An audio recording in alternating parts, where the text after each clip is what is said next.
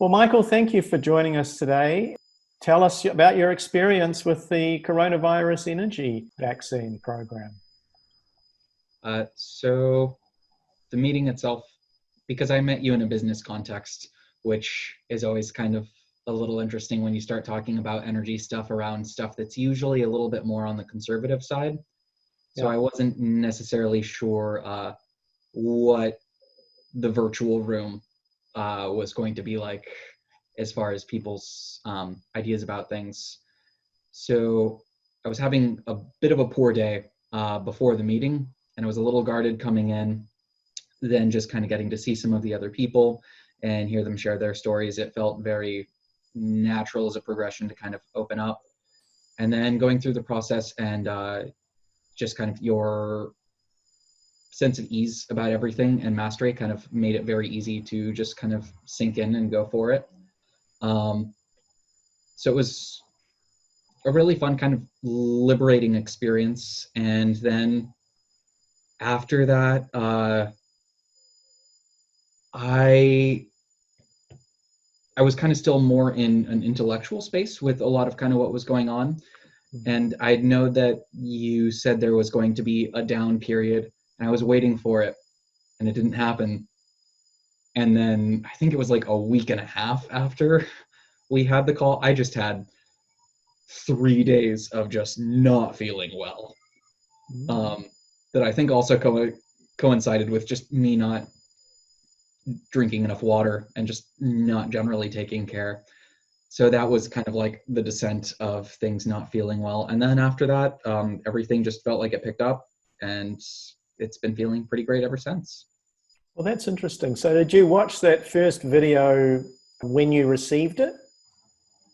No, I waited until after I kind of had my little down period. I was like, okay, I may need to wait for this and see what kind of goes on. And I kind of wanted to fully cycle through what the experience just from our portion was going to be like before adding another one. Yeah, that's interesting because the reason that I tell people to have lots of water is just to allow the energy transformation that happens during the call and after the call to work as effectively as possible.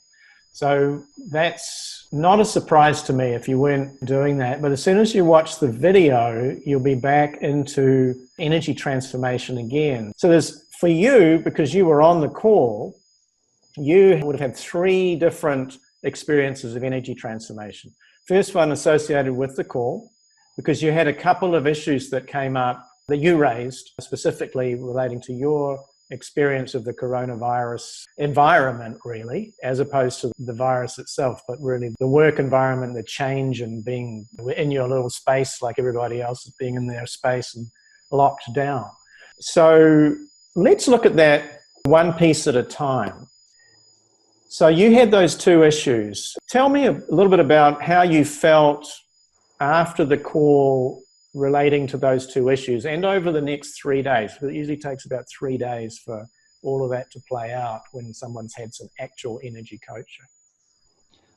So the first experience with the call itself and immediately after, I've usually kind of run into a problem to where I'll usually have an answer, and I think a lot of people have this, you'll have an answer to something, but you just need someone to give you permission to kind of go forward with it. So it kind of felt very nice because one of the issues, so I had the issue of feeling very sequestered and encapsulated. And one of the things that Source brought to your attention to bring to my attention was in my paternal line, the recurring theme of shame and feeling like you need forgiveness as a default before anything happens. And as soon as that came up, I was like, yeah, of course. Know exactly where that comes from. Okay, yep. So it took me a couple days to kind of really think about and internalize that. But then after that, it kind of changed my approach to, well, especially right now, a lot of email communication with clients and how I was approaching people. And not feeling like I need to wait for bad things to happen. So it made me a lot more proactive in kind of how I was living and approaching things. which got rid of a lot of negative energy that I was creating out of nothing. Then the second experience with watching the first video, since I was a part of the second call, it was interesting because at first I was just kind of comparing how different their call was to ours. And also a little bit of your brother who participated in both, kind of the different role that he ended up filling in both calls, because in our call, I really appreciated how, especially for people that it's being recorded for later, he took the prototype of the skeptic towards the end of our conversation. He's very good at that. Well, he's a smart guy, so it makes him kind of pretty naturally inclined to be able to do that very well. Yeah. So it was just kind of interesting seeing those differences, but also paying attention in turn to each person and kind of when they lit up or when they were really starting to absorb or internalize things. And I was having a little difficulty paying attention to the call just because I was hearing a really high pitch hum throughout the entire thing. But then there would be moments where the hum changed slightly and I was like, wait, what's going on? And then shortly after that, something really profound would be said. And I was like, oh, okay. Maybe that was something I was supposed to pay attention to. So I kind of had some notes that I was jotting down anytime those things came up. And I didn't have as much of a letdown from that first call, or letdown may be a bad phrase for it, but I didn't have the period of like sluggishness that came after that call as I did the first one, or the being in the call.